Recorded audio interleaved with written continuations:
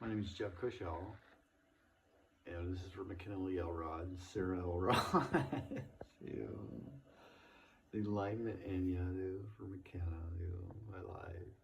She's got good manners, she's a good person, dude. Rest in peace. In order to astral travel, you must be intuitively in tune with the etheric world and the planes of existence around you. The astral plane is similar to the earthly plane because it contains everything you find on Earth. People, buildings, roads, etc. However, you don't experience the basic physical needs of eating, sleeping, or going to the bathroom. Each of us has an astral body that we use to travel within the astral plane. During travel, we will remain connected to our physical body by a silver cord of energy. This is exciting because I'll get the purge, dude. One dolly zoom effect. Wrote 70, dude. When astral traveling, you can move at the speed of sound or take a casual walk. And even touch down on negativity effect with Megan Rain. You can astral travel for specific reasons. And if you choose to visit the upper I control some of humanity. You can gain a great eye with muses. I control some of predetermination, dude. Astral projection. Also known as astral travel is when you intuitively leave your sign with the physical. All you can do is just do the best you can do. On this mission, you may visit the other people or places in the physical realm, dude. I control that. I control the upper realms of humanity. Try it now, astral travel. Let's cover the basics. How to astral travel. Let's try not to make this more difficult than it is. Let's go over the basics. Try it now. Let's go over the basics of how to astral travel. Try not to make this more difficult than it is. Sometimes it's simpler when it comes to techniques. Choose a time when you will not be interpreted to lie down somewhere comfortable and clear your mind.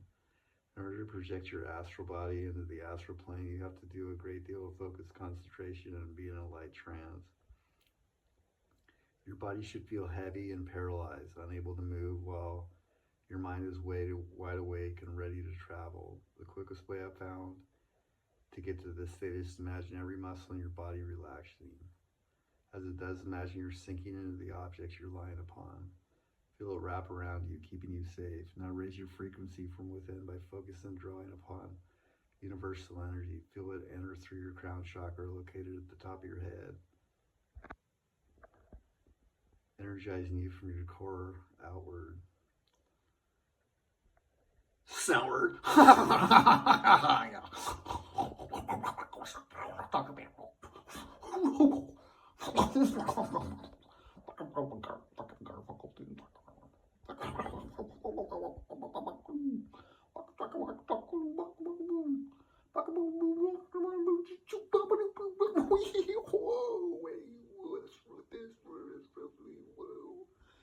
Yeah, wow, dude, wow.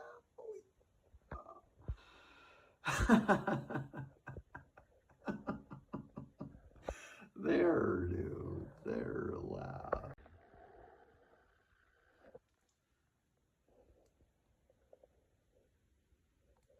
When you feel ready, imagine you're stepping outside your physical plane and into the astral plane.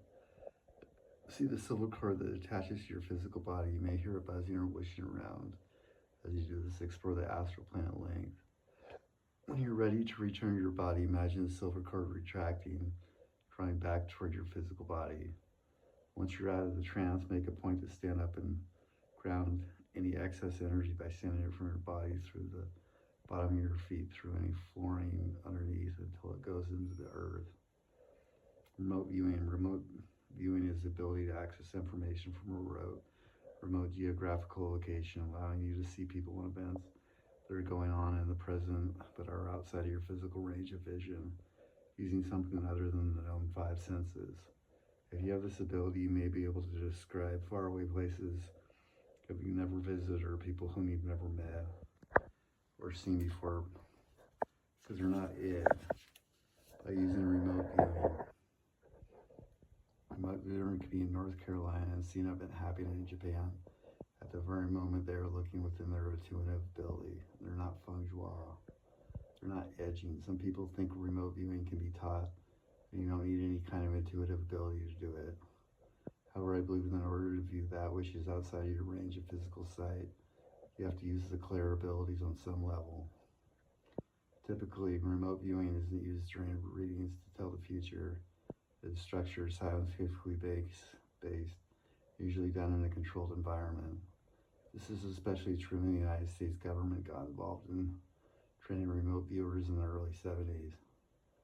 It takes time and a lot of practice to become a highly skilled remote viewer. It takes time. You're conducting a remote viewing session. You must put away all perceived notions. Put yourself in the moment and focus on the target. You don't know what the target is? Yeah. From Makenna, just going real cute like. Yeah. It's important that you don't become addicted to conversing with native spirits through automatic writing. They can cause you to create a bond with them which allows you to attach to their energy. For this reason, it's important to protect yourself with a light before the session. It's also not advisable to believe everything you read from your automatic writing. You may be in contact with a lower negative energy which is pretending to be your guide. Use your intuitive ability of clairvoyance to search out the truth as an imperative step that must be taken if you want to pursue automatic writing. The people I know who did automatic writing without knowing what they were really doing had problems for many years, maybe still having problems today. Automatic writing is one way of using your psychic abilities that would avoid, unless you're doing it in a natural progression, the development of your abilities. Some guides or departed loved ones will communicate in this manner, but it happens only when the initial is at a point of their development where automatic writing is the next logical stage. An intuitive should not decide to let any one spirit hop into their arm at random. A choice like that can lead to problems. Spontaneous drawing. I can't draw well, but I like to doodle. When I'm talking on the phone, or especially when I'm on hold waiting for a person to come back online, I find that I'm drawing all kinds of shapes of people, a piece of paper nearby. God damn. I'm consciously thinking about what I'm drawing. I'm just doing it. At some point, doodling. I realize what I'm doing and look at the mess I've made all over the paper. At times, these doodles make a pretty picture that holds an impression for me or the person I'm talking to on the phone. Other times, they're just doodling that hold no meaning whatsoever.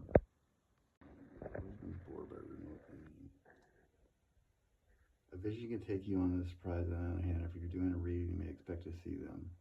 It can be brief, fleeting glances of something that's going to happen, and that has already happened in the past, or they can go hand on hand in a movie and have specific details. They can occur when you have your eyes open or closed, and they appear to be projected in front of you. Like a movie on the screen, some visions will move from the right or left to right, or appear directly in front of you. Vision always gives you needed information about something or something. The information often it's up to you using your ability, an intuitive ability, to decide what the vision means and whether or not you should act on it. It's not always easy to experience visions. Some can be graphic, or they can be things you really don't want to know. There's always a reason that you're seeing it, but some of them can leave you with uncomfortable feelings and nag you after the fact. When you experience a vision, you may not be sure of it at all. You may second guess yourself, doubting what you will see will happen or know that it's true. But then in time, you might discover that you saw was right, and then the action you just saw just happen in your vision. When this practice pattern repeats over and over again, you as an intuitive will start to know that you're seeing it. I like the book, dude. Visions are useful tools that every imaginative uses. As an intuitive, you can practice having visions. This will help you further develop the ability so that when you receive a spontaneous vision, you'll recognize the truth in it and know how to react. Some people try to have a vision during meditation. You can also take a simpler approach by just asking your guides to show you something very specific, a past life, for example. Then pay particular attention to the vision as it plays out. If it's a past life, then see if there are facts from your vision that can check out to confirm what you saw is correct. You can also test your ability to see future views in a vision by asking a specific question. You might ask if it is sunny or rainy or tomorrow, or you could ask if you'll have an unexpected visitor over the weekend. Psychokinesis, also known as telekinesis, is a rare ability, is being able to move, manipulate the properties of, or change the appearance of tangible objects by using only your intuitive abilities in your mind. You do not physically touch any kind of force upon the object in any way other than the power of your mind and the strength of your ability. There is no sleight of hand, otherwise a musician's trick, and not true psychogenesis. There are many people who can demonstrate true psychokinesis, although everyone has psychokinetic potential. Not if you're one of these rare talents until you try to move or bend something purely by using your mind. How do you go about it? Because psychokinesis is sought to happen at higher levels of consciousness. You have to connect to that part of yourself by using your abilities prior to beginning. There are plenty of online games that test your psychokinetic ability, but it's better to try this using a physical object placed in front of you. First, the item that you're going to try to move. It could be something small like a playing card, a CD, matches, or anything that is small and lightweight. If you experience success, you can move on to heavier items, emitting silver later. Take a moment to clear your thoughts and really focus on connecting with your higher consciousness and the intuitive part of yourself. Now move this focus from inside your mind, yourself, to the object you want to move, and then ask it to move. Demanding that it moves or wishing it could move isn't the way to go about it. You're creating a flow of energy between you and the object to subconsciousness intuitive level. You're giving this flow of energy a specific intention to move the object. So focus and ask the object to move. Try practicing every day for a while to see if you have success. Try not to block yourself by thinking that if you think it, then it's true. This is for Makenna. I remember crying to, now you can play with Angel's baby girl with her sister. I forget her name, dude. Caitlin. Hope you enjoy it in heaven, baby girl. And I hope you're playing with angels, dude. And you can just enjoy heaven, dude. And the Montraviarch, dude. With Christine McVie, dude. I forgot what I was going to say. God, Makenna, the Elrod, the Enlightenment. Enya, to you I would give a lot. I'd give it a wizardess, dude, or a spirit master, or a cinemaster, dude, or a fairy, dude.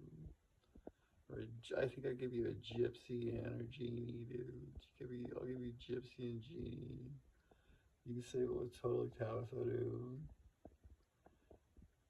And you have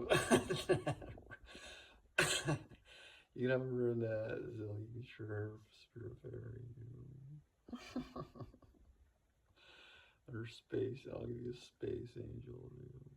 Fucking space angel, dude. Rest in peace, my little delight, my little. Yeah, and we have remote viewing, dude. I like to be forward, dude. And to you, I give Belkin. I give you my beaver sweatshirt and pen straps. So here, so I'll give you Christine McVie. And the Venus, the Venos of Venus, dude. We have the Enlightenment, and it's all done.